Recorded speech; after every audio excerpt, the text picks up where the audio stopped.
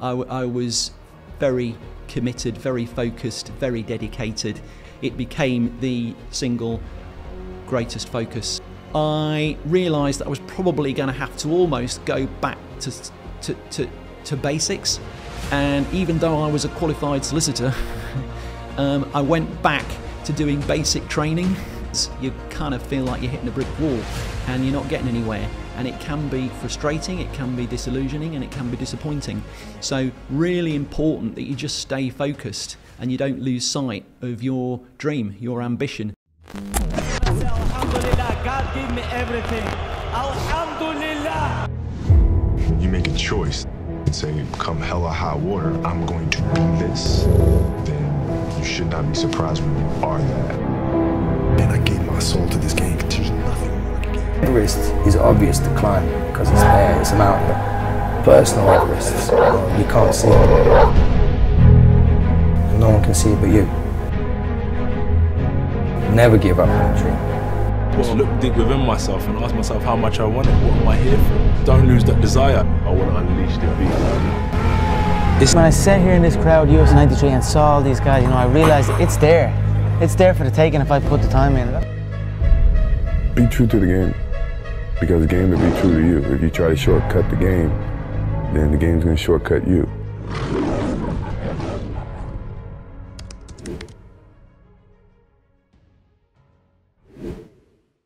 So welcome to Straight Out the Game. Today we've got Simon Foster, the Police and Crime Commissioner. Also served for 35 years in the legal aid sector as a housing and public law and made partner. So yeah, thanks for coming on the podcast. Absolute pleasure to be here. Thanks very much for the invitation. And before we get into your actual credentials and how you kind of got to the career that you got into now, let's start from the beginning. So what was your childhood like, and where were you raised? I was born in Sheffield, but didn't spend very much time there. Moved around for a couple of years as a consequence of my father's work, but settled in a place kind of equidistant between Nottingham and Derby, a place called Long Eaton, and lived just outside there. And that's kind of where I lived from the age of about 2 onwards. And in terms of my family background, yeah, pleasant, stable family background. Really enjoyed my upbringing. And you just mentioned your father's work. What kind of field was your father in? My father was a doctor. Okay. Yeah, he was he was a local GP in the town in Long Eaton. Okay. So yeah. Yeah, so you had a really pleasant childhood, and that kind of raised. So were you in Long Eaton throughout your full childhood, from like the ages of 2, like you mentioned, all the way to your teenage years, or was it kind of you were moving around? Or no, we lived in Long Eaton for about 5 years or so, and then we moved just outside Long Eaton. But yeah, we were there. Well, I was there from the age of 2 right up until when I left home to go to university. So when did so at university, were you studying law? Was that always the target, or was there other things that you were kind of interested in? Like, what kind of piqued your interest in your childhood? Yeah, I always, insofar as I remember wanting to study something at university, and obviously that tends to be something you might start thinking about maybe when you're doing your O-level options or your A-level options. So maybe when I was about 14, I kind of first thought about law, but I guess it was by the time I was about 17, I was absolutely dead set on knowing that I wanted to do law, and really there was no other subject that I was interested in studying at university. So when you say you were kind of interested at 14, what kind of made that kind of adjustment in your head where you're thinking law might be a place where you can start your career and kind of move forward? Was it something that you were watching on TV or? No, I suppose it was just it just was kind of. I guess it was just something I was interested in. It was something I kind of had conversations with people about. But I mean, I emphasise at the age of 14, it was a very basic understanding. I didn't spend a lot of time thinking about it at that age. Okay. It was really only by the time I got to about 17 going into upper 6th at school, that I really became dead set and wanted to study law.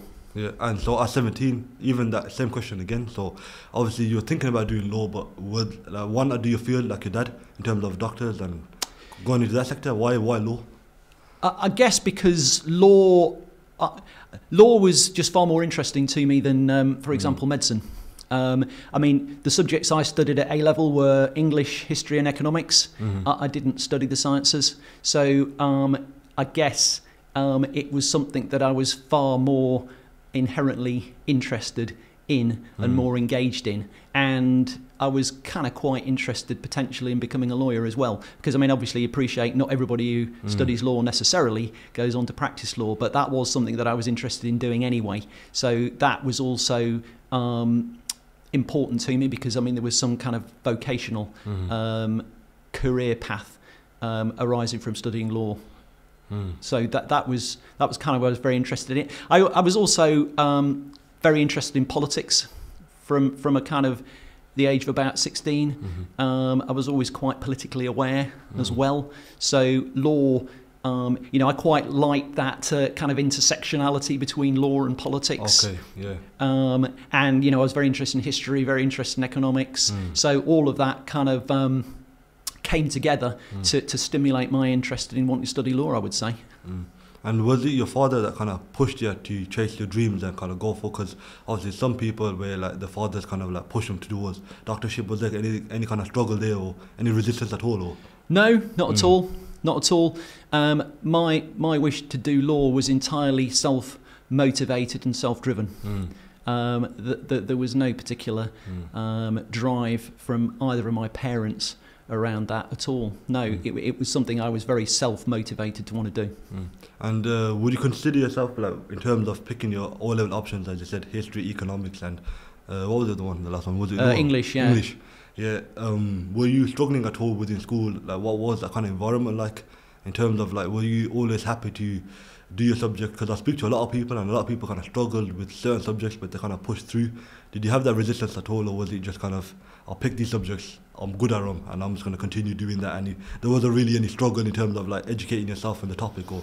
Yeah, that's a good question. I guess my strengths were always kind of on the arts rather than sciences, and that's kind of where my interest lay as well. I did struggle with maths at school. That was always a struggle for me. I found that a very difficult subject to study, and I didn't enjoy doing it. But when it came to subjects like English, history and economics, that really defined my kind of core interests, I would say. And I was very happy when it got to the stage of A-level where I could kind of focus on those three core subjects, I have to say. So, yeah. But yeah, I did struggle with maths for sure, and did have to try a lot harder at that than other subjects. I would say as well that growing up, I wasn't especially motivated academically up until about the age of 17.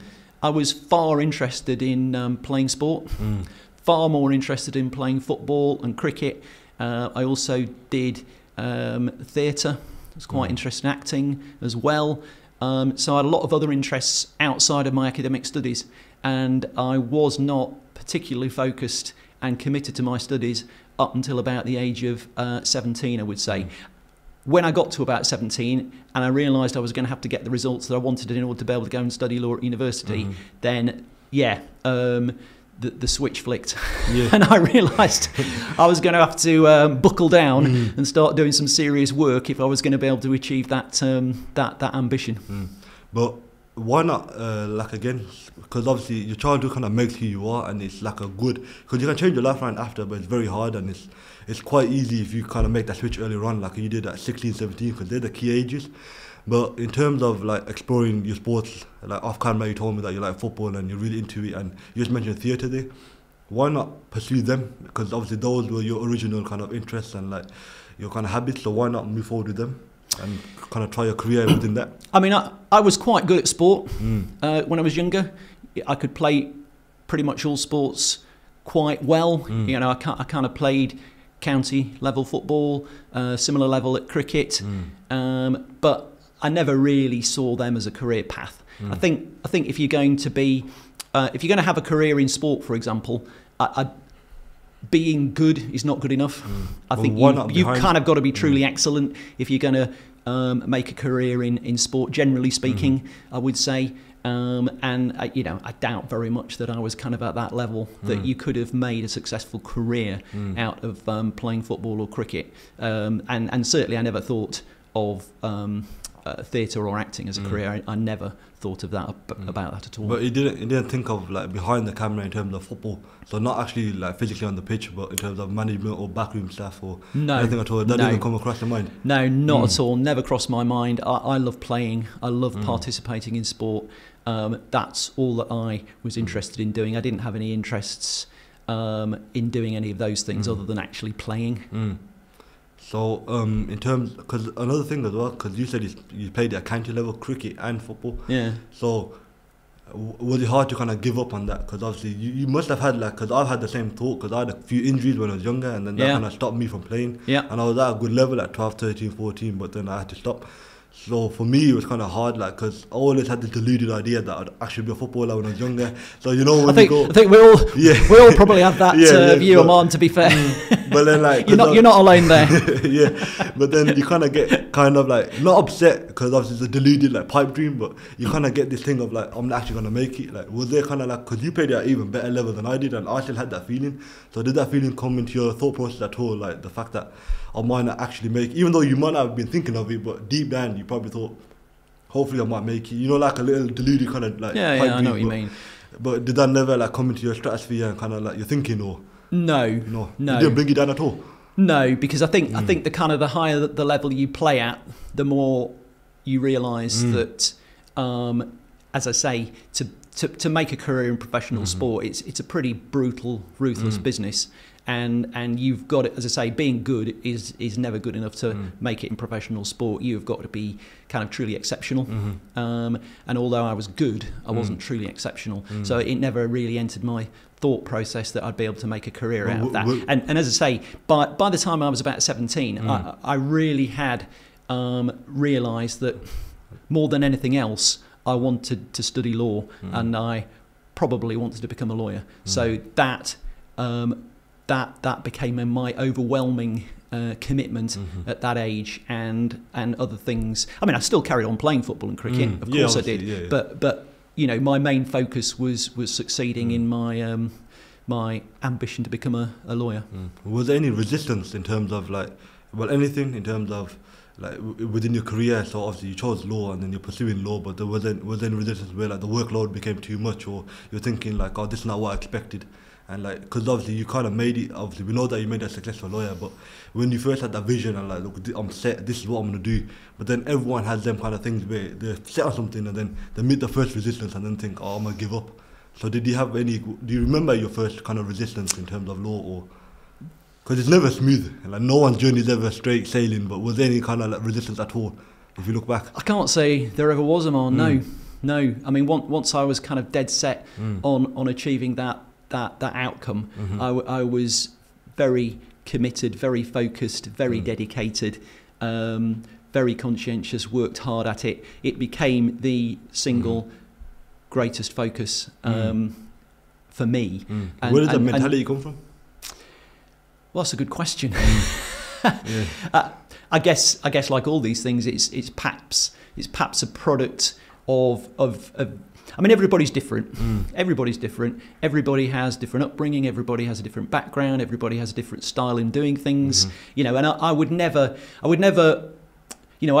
seek to suggest that what works for me would work for anybody else, or vice versa. What did work for you? I guess I was very disciplined. I was very committed. Once I set my sights on achieving something, I was quite single-minded about it. So it kind of never entered my head that I would not succeed in studying law and becoming a lawyer. I was very focused, dedicated and committed to that. And I'd never really looked back or ever doubted that I would achieve that end. Because I'll give you an example for myself, because I'm like you. Once I target something, I'm very dedicated and I do my hardest to kind of achieve that. I can see that. So then when it came to, because obviously you don't know this, but I'll just let you know now, briefly, because I say it all the time, but my first kind of biggest stumbling point was when I had a few injuries when I was younger, and then that, because when you're younger, you don't realize that that's what's holding you back. Like in terms of like, I just kind of gave up on like everything, and like I was kind of lying to myself. Like I was, like I don't know how to kind of explain it like coherently, but basically, I didn't realize that was the issue that was holding me back. But I was lying to myself, saying it's okay to do this, it's okay to do that, because I blew up in weight. I went from like being a fit like kind of kid to being 120 kg within the next 3 years, and I was that way for 4, 5, 6 years after that. And then when I kind of look back, I realized it was because of the injuries and like other situations where I was letting them get to me. And even though I was kind of motivated and I knew that I was going to do something, and I've always had this thing in my head that I can always go above and beyond what anybody else is doing, and that was kind of my thought process. But then when it came to this, once I had the realization, that kind of flick switched. I kind of went all into whatever it was, because I couldn't really get a job at 16, 17, 18, 19. But then my first job was managing the Pizza 1 and 2 pizza shop with my father. And that was like, I was kind of shoved in the deep end. And I've always had like captain kind of like skills in terms of like leading a football team, like 5-a-side, 11-a-side. Like I've always been that way inclined. But then when it came to managing people older than me and stuff, like it was kind of a big step, because I've never had a job before. Yeah, no, that's quite a challenge, I agree. So then I overcome that, and I was kind of doing well. But then through COVID-19 and like other situations, we kind of had to close the pizza shop down. So in my head, that kind of all went to waste. So was there any kind of moment in your kind of story, because like we all know, like to kind of make it to the top, you kind of have to struggle, and there's always going to be some kind of blockages, be it through other people, like kind of politics in terms of within the law firm, or resistance in terms of like you're not meeting your deadlines in the beginning. Like you say you're focused, but your actions are not saying that you're focused, or you might have got your eye off the ball here, got your eye off the ball here, and kind of sit back. So was there any kind of situation that you can remember in terms of like once you were dead set on being a lawyer, that kind of like where you met resistance and kind of overcome that, and when you kind of realised where you were making mistakes and where you were going wrong? Okay, I mean, yeah, I mean, obviously I did have a strong work ethic, and I was very committed and dedicated. But yeah, I would say that, yeah, on reflection, there was a time shortly after I'd qualified as a solicitor. While I was studying law, I kind of realised that what I really wanted to do as a lawyer was be a legal aid lawyer, because I wanted to use my skills as a lawyer in order to promote access to justice, equality before the law and the rule of law for all, and not just for the few. And I wanted to represent people who might not otherwise have an opportunity to get access to justice. And that might be, for example, people from social and economically deprived communities, those from black, Asian and minority ethnic communities, those perhaps who suffer with mental ill health, or those perhaps who suffer with chronic alcohol or drug addiction, for example. So I realised that I wanted to represent those people who often did not have a lot of power, influence or wealth in society. So that was what I was kind of fundamentally committed to fairly soon into my law degree. Now, I did a fairly conventional training contract with a kind of high street firm doing the sorts of work that high street firms did back in the day, your conveyancing and your family and your crime and so on, your civil litigation. But what I really wanted to do was to become a rights lawyer. So an activist. Yeah, well, I would say a lawyer that was committed to representing those sorts of people that don't always necessarily have an opportunity to have legal advice and legal representation. So there was a time, having completed my training contract, and I qualified as a solicitor, and I guess when I did that, I was perhaps a little naive in the sense that I kind of thought, well, I'm a young, enthusiastic, hard-working, newly qualified solicitor. I'm going to apply to some law centres now, and you know, doubtless they're gonna snap me up, and I'm going right through the door, and I'm going to be able to start my career as a lawyer in a law centre, doing the sorts of work that I wanted to do, you know, which was kind of housing rights and immigration and employment and social security law and so on, and public law and judicial review. Now. Didn't quite work out like that, because I kind of qualified as a solicitor in about October 1985. And I kind of started making applications to law centres around the country. Obviously, even back in the day, there weren't a lot of law centres around the country. I mean, there's still fewer now, because the kind of law centre network has been dismantled over the years. But, you know, I mean, for example, there were probably about 3 law centres in Birmingham, for example, quite a few in London, you know, in other parts of the country as well. So I started, you know, writing to these law centres, thinking, you know, I would kind of applying for jobs there.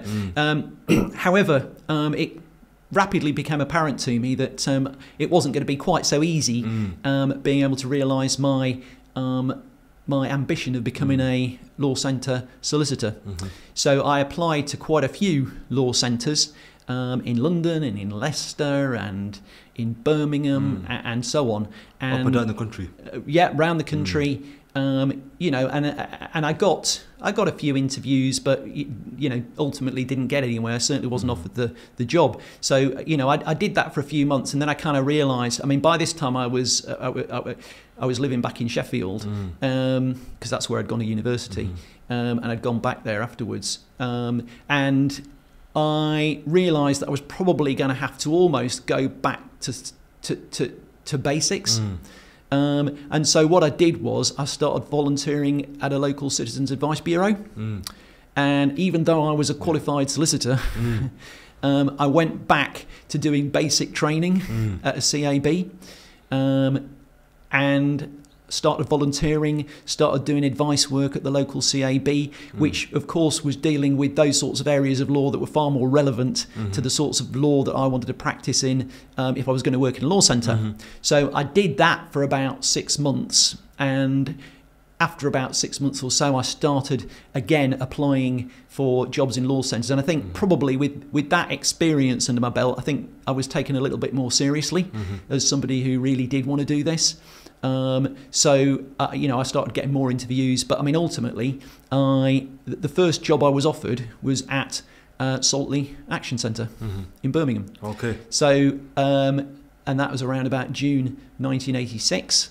So I snapped that job offer up straight away and moved to Birmingham to take up a post as the solicitor at Saltley Action Centre. I mean, I would say there that you know, I took that responsibility on in circumstances where there were no other solicitors at the law centre.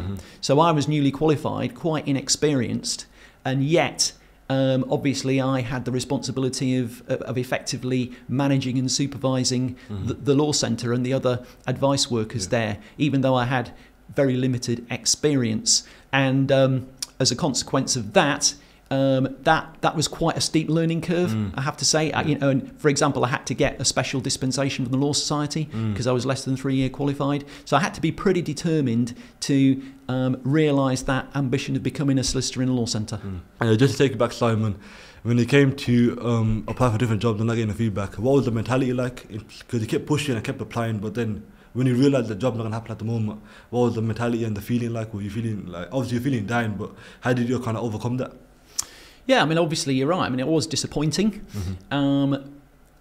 So, I mean, I guess you have to kind of keep focused on your goal. You have to keep focused on the ambition and the outcome that you want at the end of the day. Of course, that's sometimes easier said than done. And in those circumstances, even though when you look back at those sorts of situations in hindsight, you can kind of see how you did manage to overcome those difficulties. But of course at the time it never quite looks like that, because you kind of feel like you're hitting a brick wall and you're not getting anywhere, and it can be frustrating, it can be disillusioning, and it can be disappointing.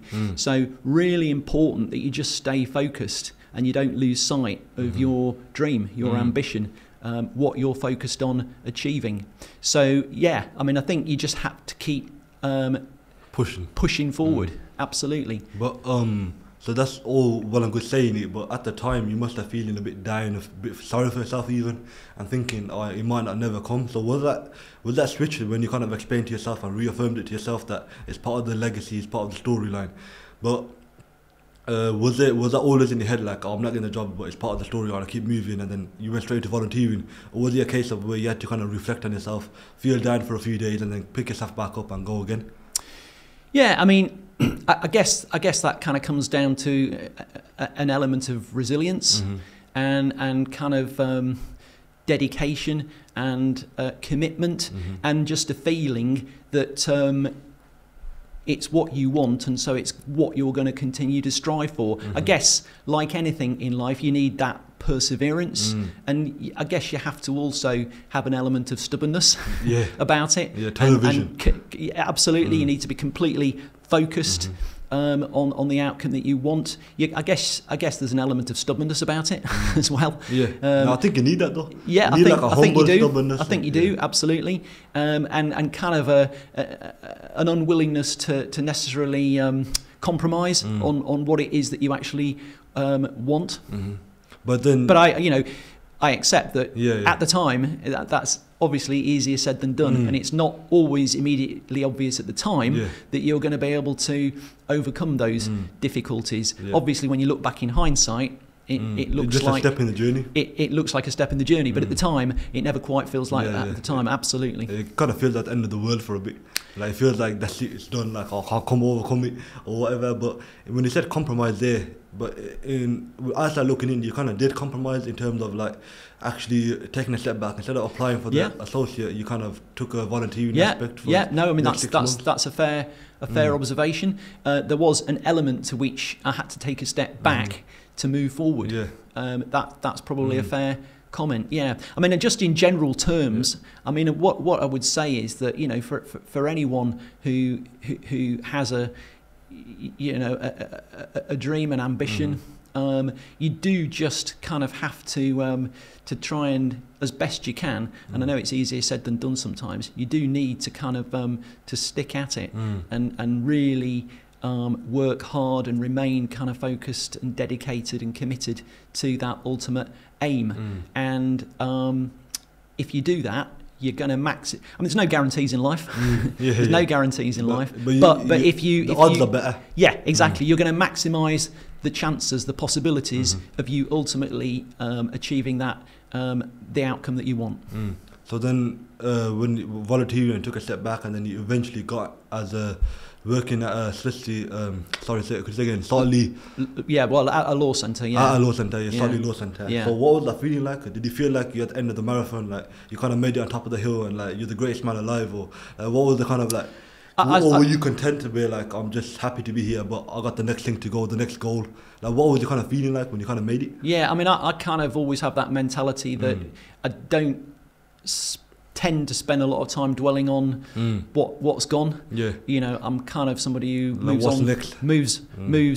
onto the next challenge, and so the way I kind of looked at that was, I needed to rise to that challenge, to take that opportunity that I had. I was doing something now that I'd always wanted to do, and that's where my attention needed to be focused 100% from then onwards. So that's kind of very much my mentality. I kind of don't tend to dwell too much on the past, and I don't tend to think too much about the future. That's a good and a bad thing. I like to work in the here and now, because I think if you take care of the here and now, then the future will, to an extent, take care of itself. But that's a bit of a good and a bad thing, no? Because then you kind of become robotic in terms of like your thinking and the way you are. So, like, how is it navigating that in terms of not feeling too high and not feeling too low, but kind of being in the middle? But doesn't life feel a bit kind of stale and like kind of dull if you keep going towards a trajectory? Or how is it for you? I mean, do you understand where I'm coming from? I guess temperamentally, I don't try and ever get too carried away with the highs or the lows. I think it's For me, everybody's different. Yeah, I emphasise that everybody's different. But for me, Yeah. Now you can only speak for yourself. of course, I like to kind of maintain a kind of balanced approach to these things. So, not to get too carried away when things don't go my way, and equally don't get too carried away when things go your way. You just move on to the next challenge, the next project, and you live in the here and now. That's kind of my mindset, I would say, generally speaking. I mean, everybody reflects on the past and everybody thinks about the future to an extent. Of course they do. But I guess my emphasis is always to focus on what I happen to be doing at that particular point in time. Was that a gradual process, or was that something that you always had kind of from a younger age and you kind of developed over time? Or I'm sure that's an approach that developed over time, because I guess, like everybody, you learn from experience. So what was your you mature. You know, although in many respects you perhaps are the same person that you were when you were younger, but you know, you've also got a whole lot of life experiences and challenges and so on, which inevitably mould you to become the person that you ultimately become. So where was that kind of learning? Because you said like it happened over time. So if you kind of look back, when was the first time where you thought, I'm at the top of the hill, this is it, end of the marathon, I made it and that's it, like it's done? And you kind of realise that's not the mentality to have. Yeah, I'd certainly never imagined that I was in some way. I never for 1 minute ever thought that, you know, I'd reached the pinnacle, the pinnacle, the apex, the top of the mountain. No, I've never had that mentality ever in my life. But when was the moment? You probably, you know, if you spoke to my, I guess I've got 3 daughters, and one of the things that, I mean, they used to play a lot of sport, and one of the things that they'll probably laugh if they hear this, but one of the things I always used to instill in them was just never become complacent. You always have to keep working hard and driving forward. As soon as you become complacent, you'll lose the drive, the passion and the hunger to continue achieving and giving to the best of your ability. So what was the next step? Because did you stay at Saltley Law Centre for a while, or? Yeah, so I worked at the law centre on the Alum Rock Road for about 3 years, and at that time I was specialising in working for the local community on the Alum Rock Road. You probably know the Alum Rock Road. I guess you're probably quite familiar with it. So I was specialising in housing rights and employment law and immigration law for the local community there, which is exactly what I wanted to be doing. And I worked there for about 3 years, and then I moved up the road on the Alum Rock Road and worked at a local legal aid law firm for 7 years. So I worked for 10 years on the Alum Rock Road, providing advice and representation around housing rights and employment rights and immigration rights. Now, why move from? Was it just a? I think it was just a kind of natural progression. I think I kind of saw it as an opportunity of further specialising, because when I did move, I had an opportunity to just specialise in housing rights, which was perhaps of the 3 the one I was perhaps most interested in. It was also an opportunity to be part of a bigger team, and to see some career progression as well, I guess. And at the time, that particular legal aid law firm had a very good reputation across a whole different raft of types of work. It was kind of quite a progressive legal aid law firm, and there were a lot of good people working there. So I guess it was an opportunity to kind of progress your career and your specialism, and also progress your professional development as well. Was imposter syndrome ever a thing? Because in terms of moving to a kind of bigger stage, when you were saying it's a really progressive law firm at the time, and it was kind of like the one that was, because you kind of said it was bigger and better than your old kind of law firm, no disrespect to that one, but how was you kind of navigating that? Because obviously it's all well and good, like it's the same clientele and you're speaking to people, but in terms of the inner workings of the law firm, did you feel like you're out of place, like I'm the new guy and like no one's really going to like me, or like were any of them kind of factors? Or I mean, I didn't really feel that. I'd kind of felt that that I'd kind of earned the opportunity to move on. I'd worked incredibly hard during that kind of 3 years at the law centre. Although I did 3 years at the law centre, because I was either the only solicitor there or the most senior solicitor there. Although it was 3 years, it was probably, in terms of that steep learning curve, probably felt more like 5 or 6 years, because I was quite often there working on my own.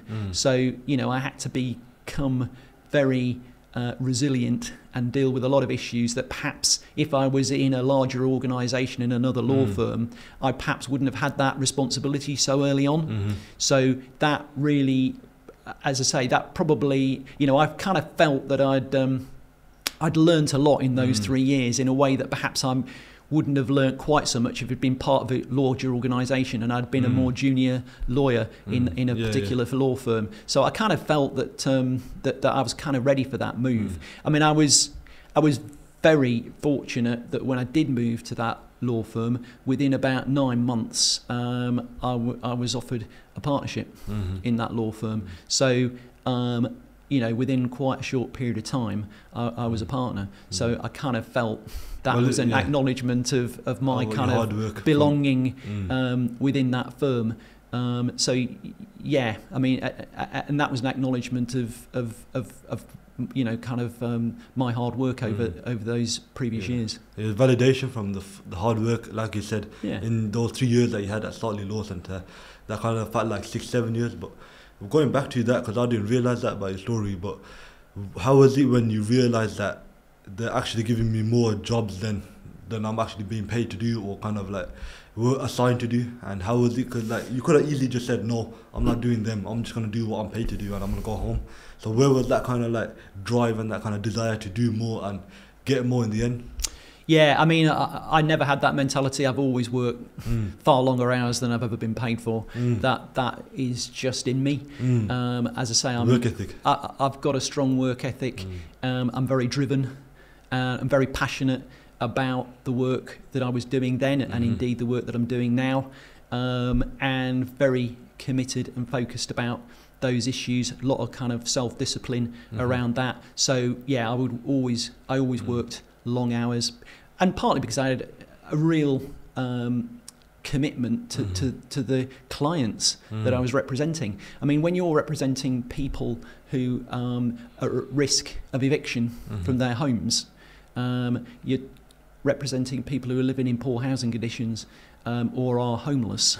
I mean, these are people who are in desperate circumstances. I mean, quite often you, as their solicitor, are the difference between them and their family becoming homeless.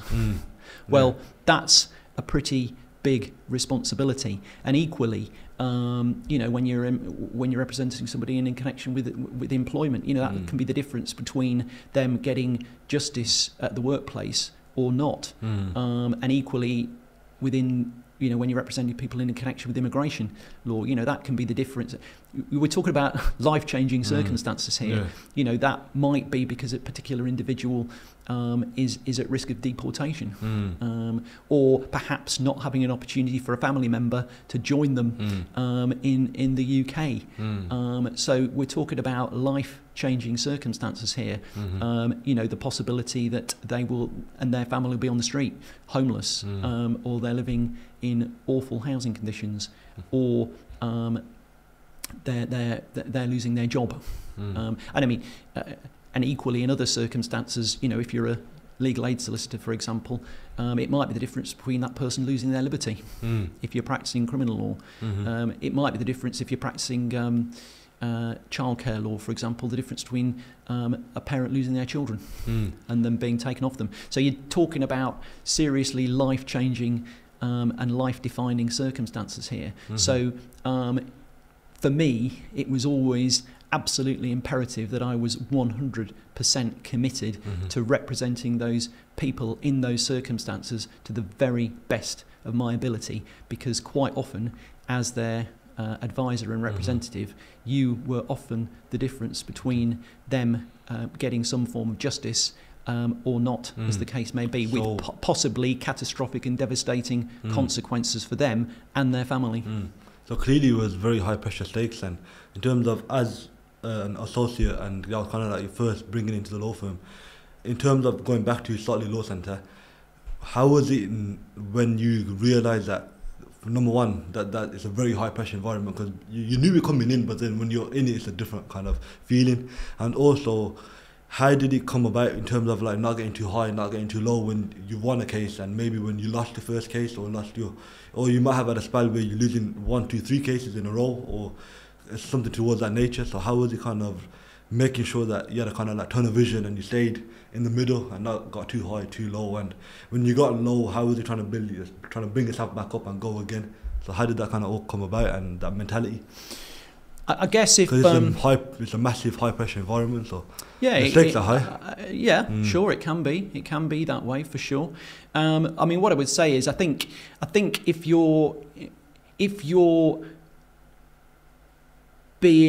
working hard on a particular case, and you're giving 100% to that case and to that particular client in terms of representing their best interests and getting the best possible outcome that you can for that client, I think if you do that, I mean, ultimately, no matter how hard you work on that case, no matter how committed you are, no matter how well you prepare that case, no matter how well you present it, ultimately the outcome is not always within your control, because, for example, plainly the other side of either the defendant or the claimant is going to have a say in the ultimate outcome of the case, one way or another. And ultimately, if the case goes to trial, it's going to be a judge who makes a decision one way or the other. So ultimately you're not entirely in control of the ultimate outcome, of course.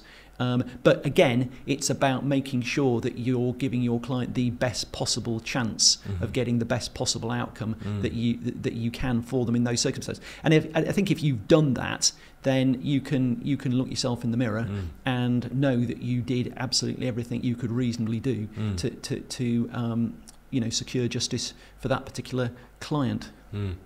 But it's all well and good saying it, but was there ever a time where you kind of got attached to the story, to the feeling that you got from the client, and you felt like they really had a case here, but then when you took it to trial or whatever the case may be, and there's a decision made and it wasn't the decision that you're looking for, how was it like feeling that? Because it's all good saying that, look, we keep a tunnel vision and we go, but everyone's got a heart, and when it comes to like feeling, sometimes you're not in control. Even though you want to be, you're not really in control, and it kind of hits you a bit. So how was it kind of dealing with that situation?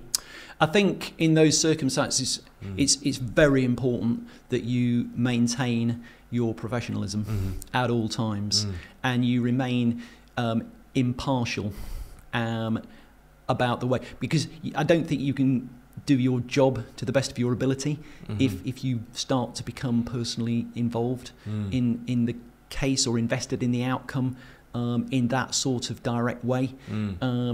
You've got to remain professional, you've got to remain impartial, you've got to remain objective, because by doing that you are going to be giving of your best as far as that particular client's case is concerned. Because remember, in some instances you may have to give advice to a client that is unattractive and unpalatable to them.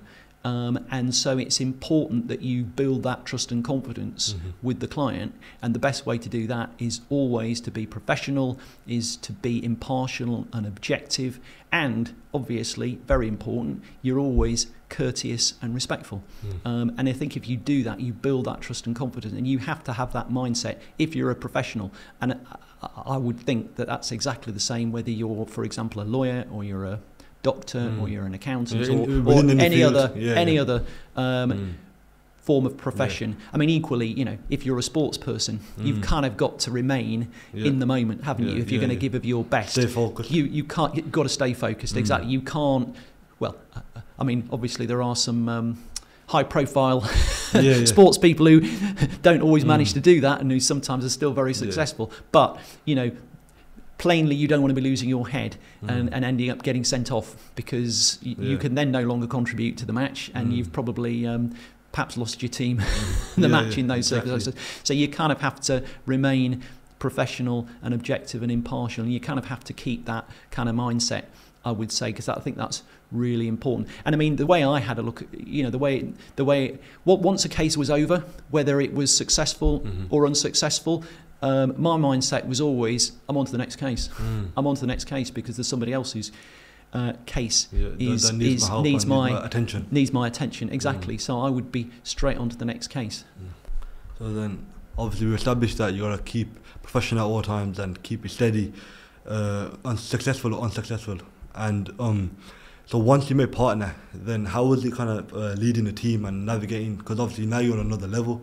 Before it was kind of you working the case and being with the client and kind of mixing with other lawyers, but not really working with them kind of too closely. But now as a partner, you're kind of responsible for these lawyers. So how was that jump and how was it navigating that? Yeah, I mean, that's a good point. Once you, for example, do become a partner in a law firm, that does demand a different skill set because it's no longer simply about you being a lawyer and dealing with a caseload, because you obviously have a wider responsibility. I mean, essentially you're an owner and manager of that business, and I was a partner in that firm for about 22 years. So yeah, there are a wider set of responsibilities that come with being a partner in those circumstances, and you still of course have the responsibility around casework and time recording and fee earning, because you still have that key responsibility. But secondly, I guess your ability to manage other people starts to become a rather more important skill that you need in terms of managing people and working with people, and leadership all become more important, and also having those kind of financial management skills as well, because you are running a business at the end of the day. So you've got a responsibility to make sure that the business is paying for itself and that it remains productive and viable as a business. So there are challenges around that for sure. Yeah. So how was the step up? Because you mentioned earlier that maths ain't really your strong forte. So when it comes to financial planning and basically being successful as a business, so how was you kind of navigating that? Was there any apprehension, fear kind of steeping in the fact that you were struggling in maths before, or was it kind of like that didn't come into your thought process because you're better now? Or was it like, do you understand where I'm coming from? Yeah, no, I know what you mean. I mean, I don't think that that maths as such is required in order to kind of understand and financially manage a business in quite that same way. You're not doing kind of pure mathematics in those circumstances. No, but I just mean so you start to be able to understand the profit and loss account and the balance sheet and cash flow and all the rest of it. You don't. I don't think you kind of need to be proficient at maths as such in order to be able to deal with those issues effectively and efficiently. What I would say is, obviously, once you're in a partnership, of course, you've got a range of skills within that partnership anyway. So inevitably, there are some people who are better at some things than others. So within, well, like any team, you know, but you know, within a partnership, you'll get people who are. You may well get everybody who's quite good at all three of those particular skills, but you'll get people who are perhaps better technical lawyers, for example. You might get people who are better at dealing with kind of personnel and management of people, for example, and you might get people who are better at the financial side of managing the business. So it's always a collective and cooperative effort in terms of running a business, just like any team. Just like a football team, you'll get somebody who's very good in goal, you've got somebody very good at scoring goals, and you've got somebody else who's very good at creating them, and you've got somebody else who's very good at defending. So you need all of that in order to make an effective team, don't you? 100%. So and that's the same in a law firm as it is in business and many other walks of life, of course. So I don't think that was ever a problem in that sense, no.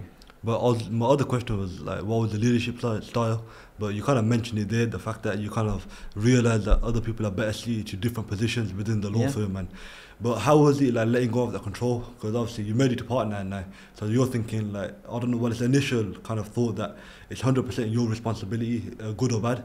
But how was it kind of relinquishing that control and like offsetting it, like you're in charge of this because you're better than me at this? And how was it like being humbled enough to let them kind of elevate themselves and give them that control?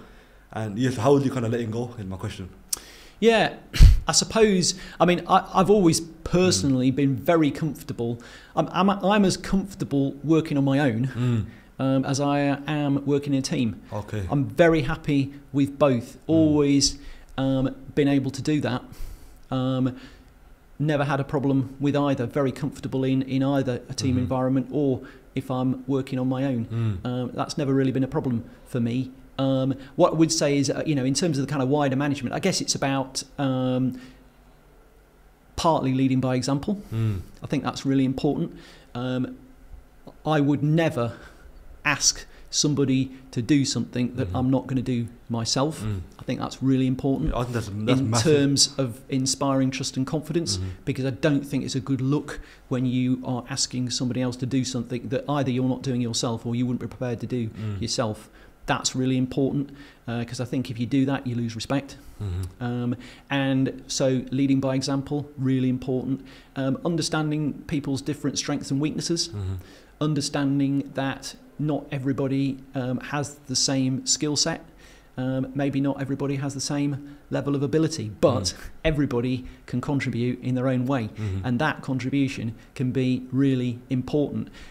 Again, I keep coming back to these sporting analogies. It's terrible, isn't it? Yeah. No, but I think it's easier to understand. It's a bit like, if you look at a football team, sometimes you've got squad players who maybe aren't playing a lot of football and aren't getting regular first team appearances. But you'll hear it all the time, don't you? In a successful team, people will often pay tribute to those squad players who kept up their hunger and their desire, and they trained hard every day, and they kept working and working and working, and had a good positive mindset. They didn't sulk. They didn't kind of think, oh, well, I'm not playing. I'm just going to kind of cause a bad vibe around here. I'm going to de-energize everybody. I'm going to start moaning.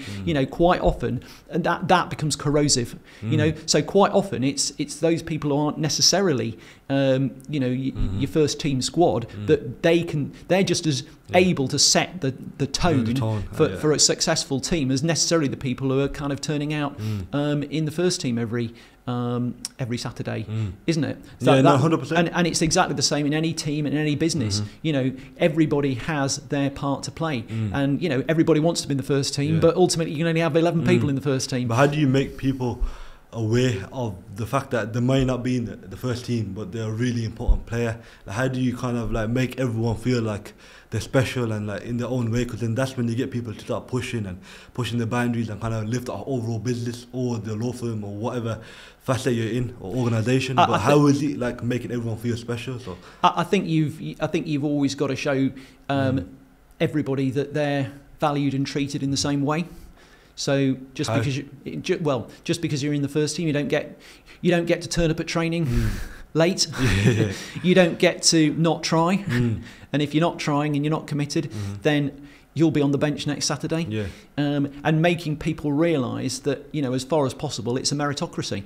And so, you might not be in the first team today, but you string together some good performances coming off the bench, for example, maybe next Saturday you will be playing. So you've kind of got to demonstrate to people that there's always the possibility. There's always the possibility. There are no set agendas here.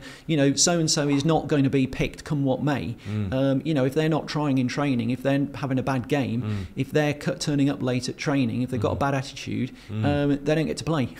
And you've got to make people understand that, and having a good team environment, making sure that everybody is valued, and really setting the tone and that kind of level of positivity, and including everybody as well, making sure you don't end up with cliques in teams, where you've kind of got the senior players and then the bench players are here, and the less, the younger players, and they're not talking to each other. I think that creates a disconnect, and it creates a corrosive attitude. So if you want to generate that positivity and that good team environment, it's really important that you're inclusive and you're valuing everybody and their contribution and understanding it and paying tribute to it and acknowledging it. Really important.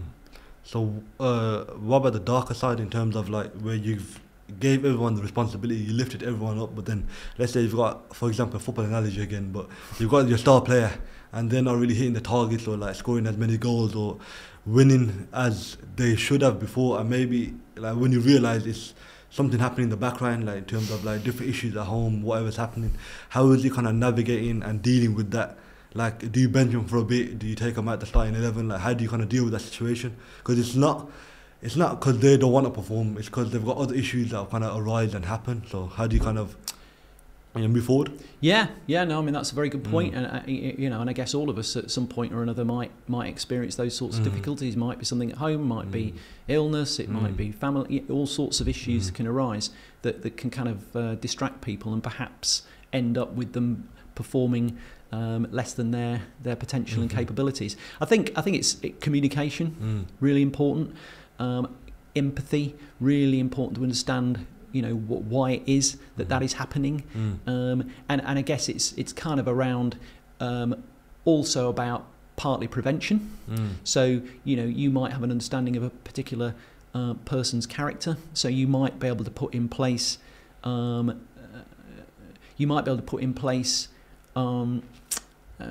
steps, contingencies. Yeah, well, you might be able to take steps that perhaps deal with that particular issue in some way.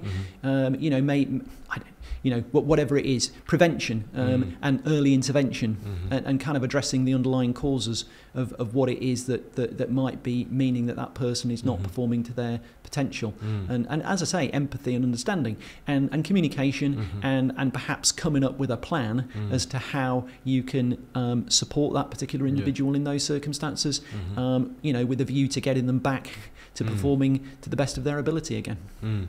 So then, and another question I got is, in terms of like, because obviously you got star players and like there might be other issues, but then when you've got people, as you said, corrosive behaviours that are kind of influencing the dressing room and kind of like, a football analogy again, but like in the law firm, kind of like they're disrupting things and not really getting everybody on side. So it's like, that you have to let them go and let them like see different pastures and like basically move on.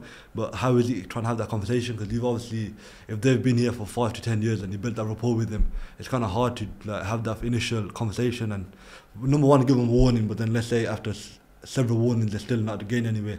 How is he just basically just letting them know that the service are no longer required?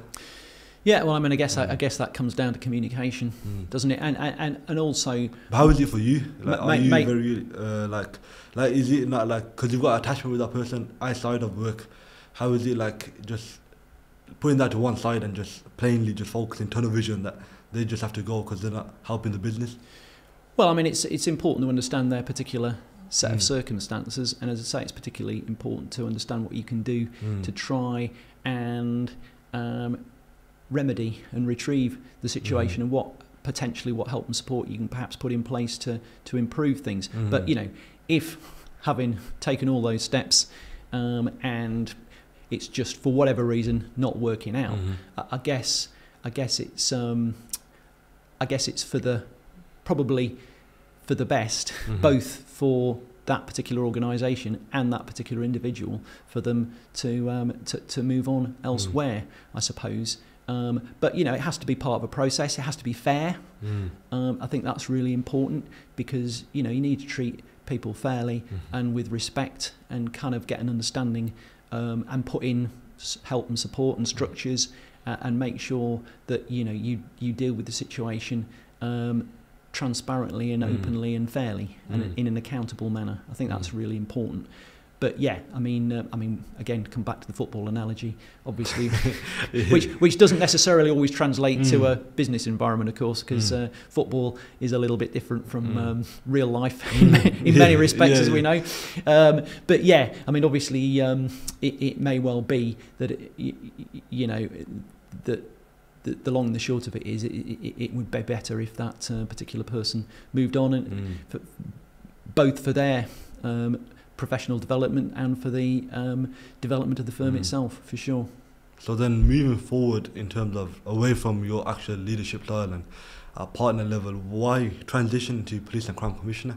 So what obviously it's been a long journey as partner, but then why that change? Like why decide to change? Yeah, that's a very good question. So in short, I guess that transition came about for a number of different reasons. I guess I've got four things that are really important to me in my life. Okay. My family, the law, sport, and politics. Okay.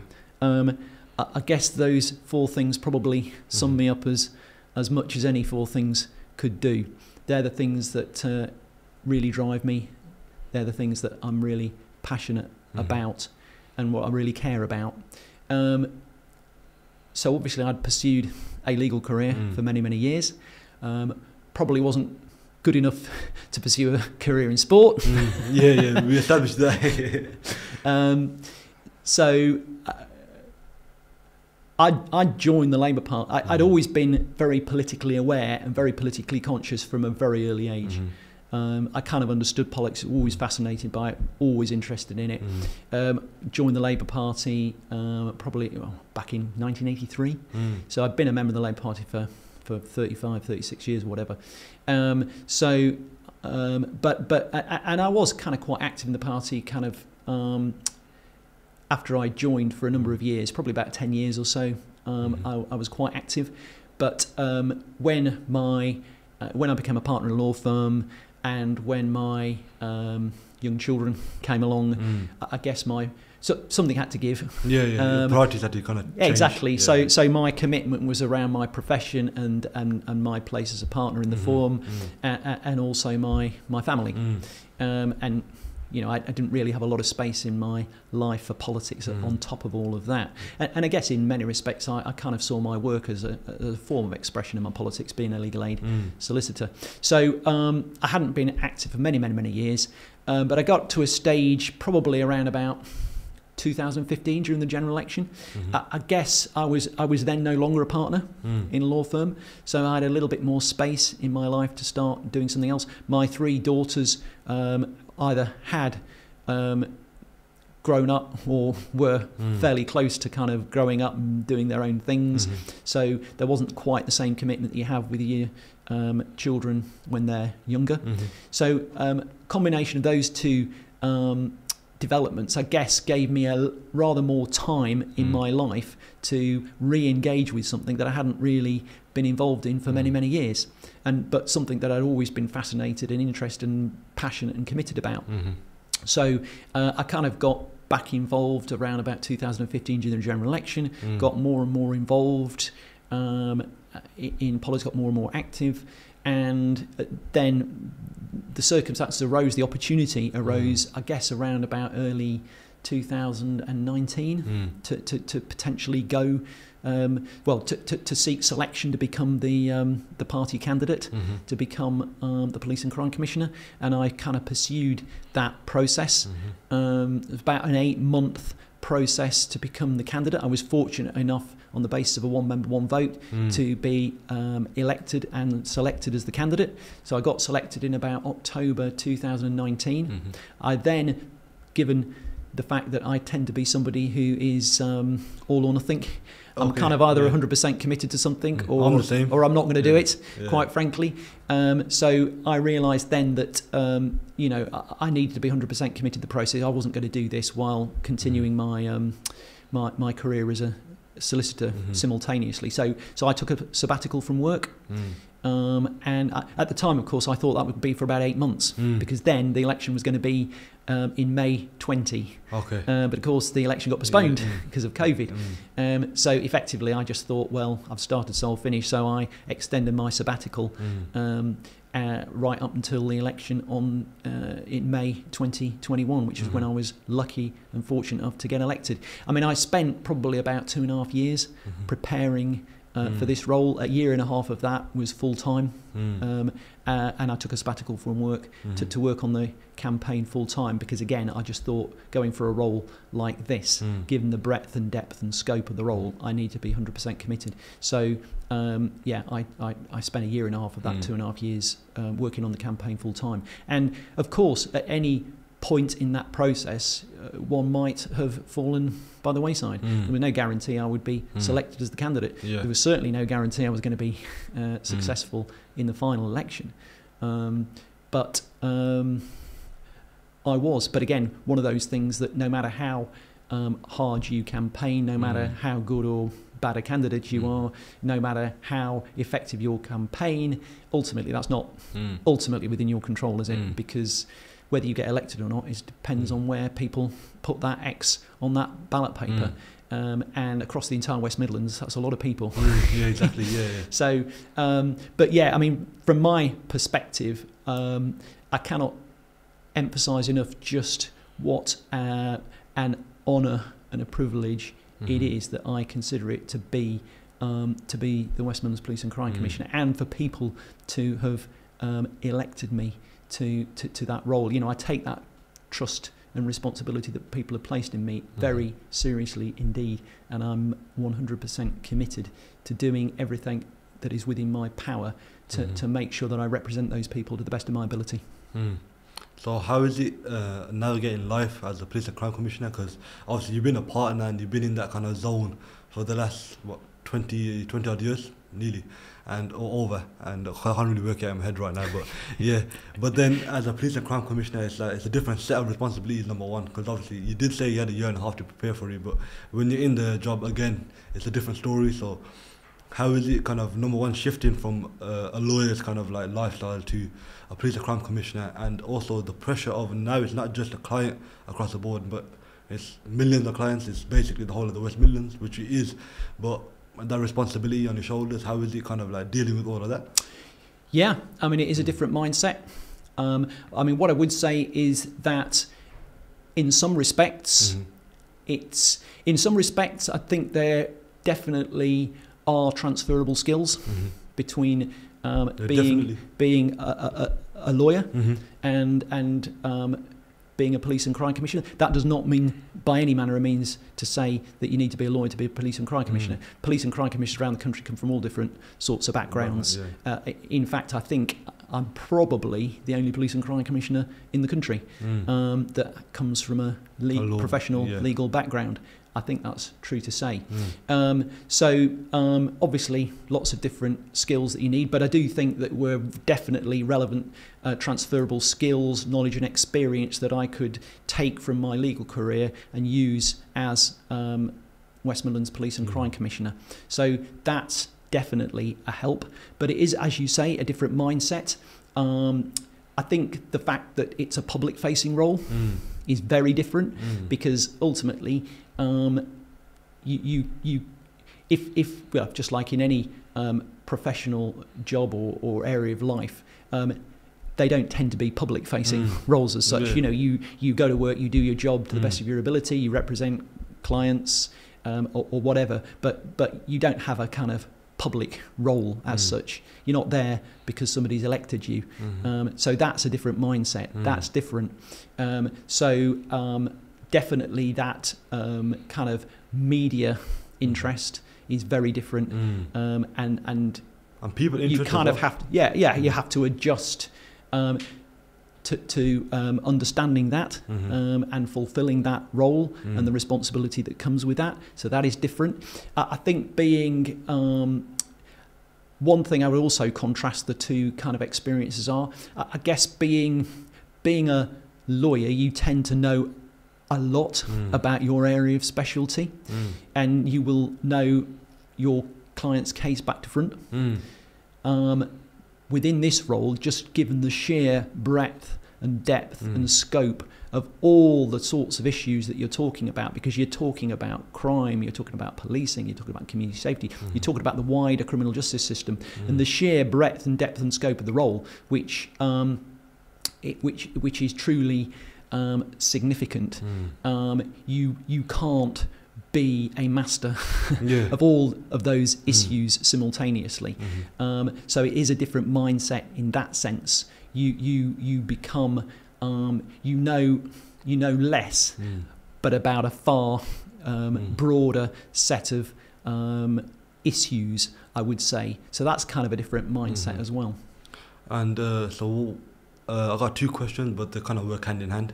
So what's your aim as Police and Crime Commissioner, and like what you're hoping to achieve, and also what's the legacy of Simon Foster? And when you look back at your career and obviously what you aim to do here, and then when you finally look back at everything and you think, this is what I was hoping to do and this is what I've achieved. I would guess, I mean, in very broad terms, you know, those applying exactly those sorts of principles that I applied to being a lawyer.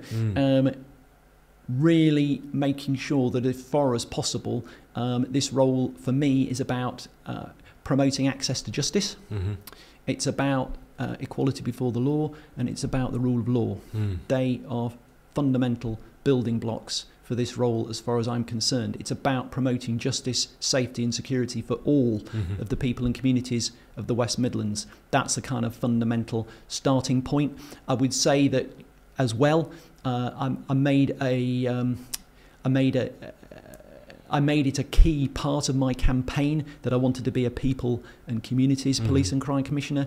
And what I mean by that, well, I mean a police and crime commissioner who engages with, listens to and works with communities, because that's absolutely fundamental. Because it doesn't matter how ultimately how effective policing or local authorities or elected representatives or the third sector is, if you haven't got that buy-in and support of local communities, you're not probably going to succeed with dealing with all of the big issues that we all want to address. So that's absolutely fundamental. And of course, we say in this country, don't we, that we police by consent. So we have to understand that policing has to be done with people and communities, not simply to people and communities. So all of that is important. But I mean, in rather more specific terms, obviously I published my West Midlands Police and Crime Plan on the 1st of November. So key issues for me are definitely rebuilding community policing, because that was dismantled over the past 10 years or so, and I think that was a big mistake. It was counterproductive, and it was a false economy. Combating violence against women and girls and domestic abuse, reducing and tackling violent crime, including knife crime. Prevention, really important to focus on prevention and early intervention and addressing the underlying causes of crime, because as we all know, prevention, you know, the prevention of crime is always better than having to deal with the consequences of crime if you can prevent it in the first place. And also partnership work, really important, because particularly partnerships with local communities, that's absolutely key for the reasons I've already outlined. Making sure that you have a police service that's representative of the people and communities it serves, that's really important. Addressing any bias or disproportionality or discrimination or racism, whether that's in policing or the wider criminal justice system, really important. And fundamentally underpinning all of that, I would say, is a real commitment to equality and human rights. And that's because equality and human rights are about the rights and freedoms of all of us. And how do the principles of Simon Foster go hand in hand with your aim and vision as a Police and Crime Commissioner?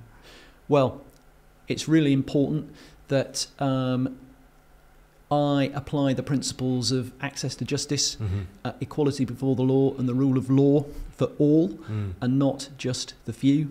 That's fundamental to me within this role, as it was within my legal career. My manifesto was termed Justice, Safety and Security. Justice because we all need and are entitled to justice, and safety and security because ultimately it is the first responsibility of government to keep its citizens safe and secure.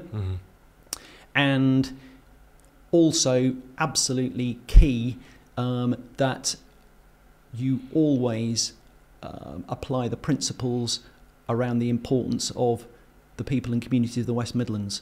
Ultimately, it was the people and communities of the West Midlands that elected me, so my duty is to the people and communities of the West Midlands, and that's why always said I wanted to be a people and communities police and crime commissioner, and that's a police and crime commissioner who is committed to engaging with, listening to and working with the people and communities of the West Midlands. And that's why I've made it a real key focus since I got elected to attend as many community events across the West Midlands as I possibly can every week. And it's those principles that really frame my approach to being West Midlands Police and Crime Commissioner. Yeah, so thank you for coming on the podcast today and helping us reach out to more young people. It's been a pleasure, Rahman. Cheers. Absolutely pleasure. Thanks very much for the opportunity.